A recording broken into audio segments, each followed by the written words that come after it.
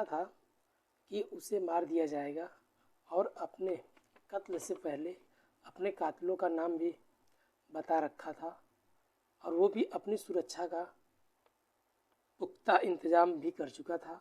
लेकिन वो ये नहीं जानता था कि उसकी जान लेने का इरादा रखने वाला लोग उसको मारने के लिए ऐसी तरीका का इस्तेमाल करेंगे कि उससे उसकी कभी उसने कल्पना भी नहीं की।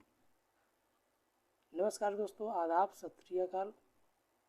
भदोही प्लस में आप सबका स्वागत है। मैं आपका दोस्त अमित कुमार।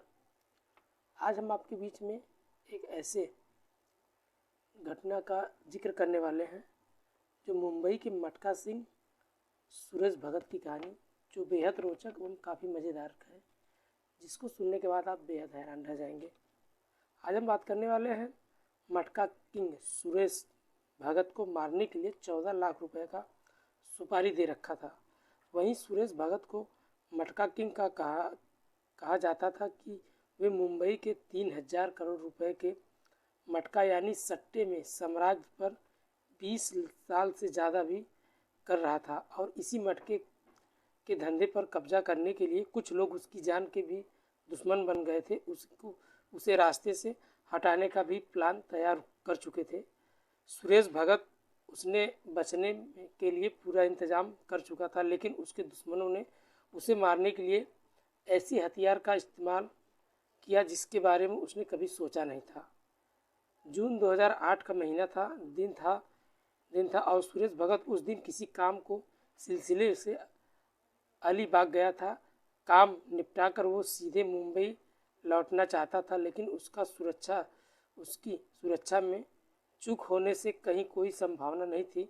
लेकिन सुरेश भगत 6 साथियों के साथ अपनी स्कॉर्पियो गाड़ी में बैठकर मुंबई जाने के लिए निकला था, इसी बात से बिल्कुल बेखबर कि ये यात्री जीवन के लिए आखिरी यात्रा होना है और रास्ते में ही उसकी मौत का बेसब्री से इंतज़ार कर रही थी। लेकिन ये लोग कभी आधा रास्ता ही तय नहीं कर पाए थे। इसके सामने आ रहे एक ट्रक की गाड़ी ने इतनी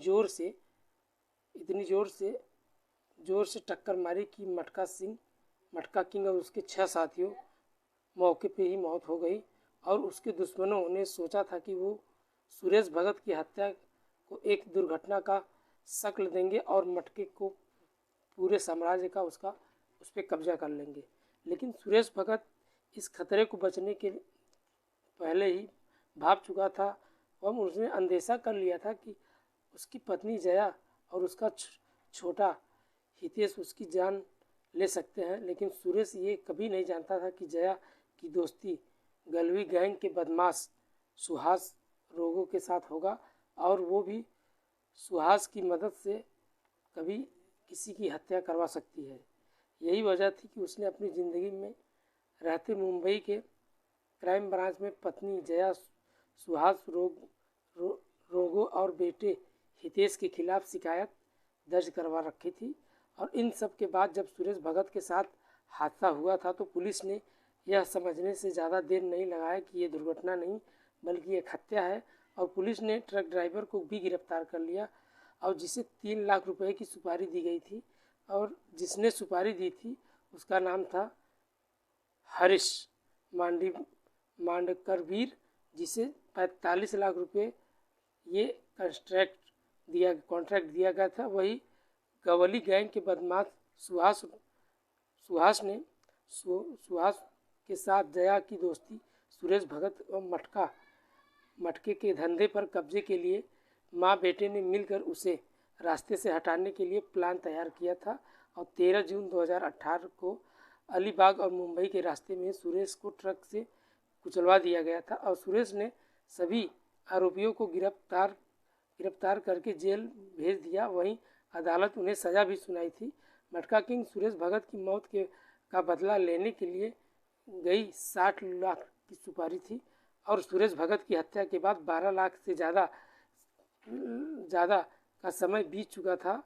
12 साल से ज़्यादा समय बीत चुका था और उम्र कैद की सज़ा भी चल रही थी। जया भगत को कुछ समय पहले ही जमानत मिली थी और वो भी घाट कोपर में अपनी बहन के यहाँ रह रही थी।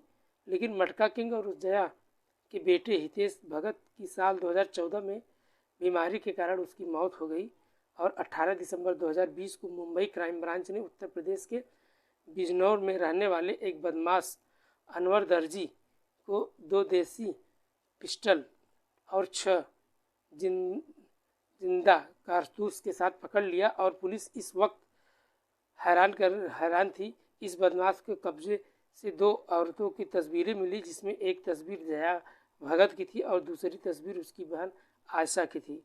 पूछताछ में अनवर दर्जी ने बताया कि जया भगत और उसकी बहन को मारने के लिए सुपारी दी गई थी और जिसने उसे ये काम सौंपा था उसका नाम था जावेद अंसारी। पुलिस जब कड़ी से कड़ी जोड़ते हुए जांच दिशा में आगे बढ़ती तो एक बार फिर उसने मटका किंग के परिवार तक पहुंच गई और इस आखिरी कड़ी का नाम था विनोद भगत। मटका किंग सूरज भगत का भाई और जया भगत का देवर था विनोद भगत। विनोद को अपने ही भाई की मौत का बदला लेना, उससे अपनी काफ़ी जया भगत और उसकी बहन आशा को मारने के लिए उसने कॉन्ट्रैक्ट 60 लाख रुपए में वसीर बेगमी उर्फ मामू को दिया, जो इंग्लैंड के मैनचेस्टर में रहा करता था। और मामू ने ये सुपारी 14 लाख रुपए में रामवीर शर्मा उर्फ पंडित को दे दी और उसने पंडित ने बिजनौर के ही जावेद अंसारी को इस काम में लगा दिया। पैसा मिलने के बाद बिजनौर के शूटर ने फरवरी 2020 में ये घटना घाटकोपर में जया और उसकी बहन को घर से बाहर रेकी करने शुरू कर दिया, लेकिन वहीं तब तक लॉकडाउन आ गया और उसके चलते दोनों बहनें की जान तो बच गई और अब ये लोग फिर से इस काम को अंजाम देने के लिए फिराक में पड़े थे, लेकिन उससे पहले पुलिस के वो हत्थे चढ़ गए। उसके पहले पुलिस के हत्थे चढ़ गए। और आपको इस कहानी के माध्यम से आप अपना राय कमेंट में ज़रूर बताएं। अगर कहानी अच्छा लगा हो तो अपना कमेंट ज़रूर शेयर करें दोस्तों, और जो चैनल पर नए हैं दोस्तों वो सपोर्ट करें, हमारे फेसबुक पेज को भी फॉलो करें और यूट्यूब चैनल को भी सब्सक्राइब करें। वीडियो अगर अच्छा लगा हो तो कमेंट में ज़रूर बताएं। मिलते हैं आपसे एक नेक्स्ट वीडियो में, तब तक के लिए बाय बाय, गुड नाइट, जय हिंद दोस्तों।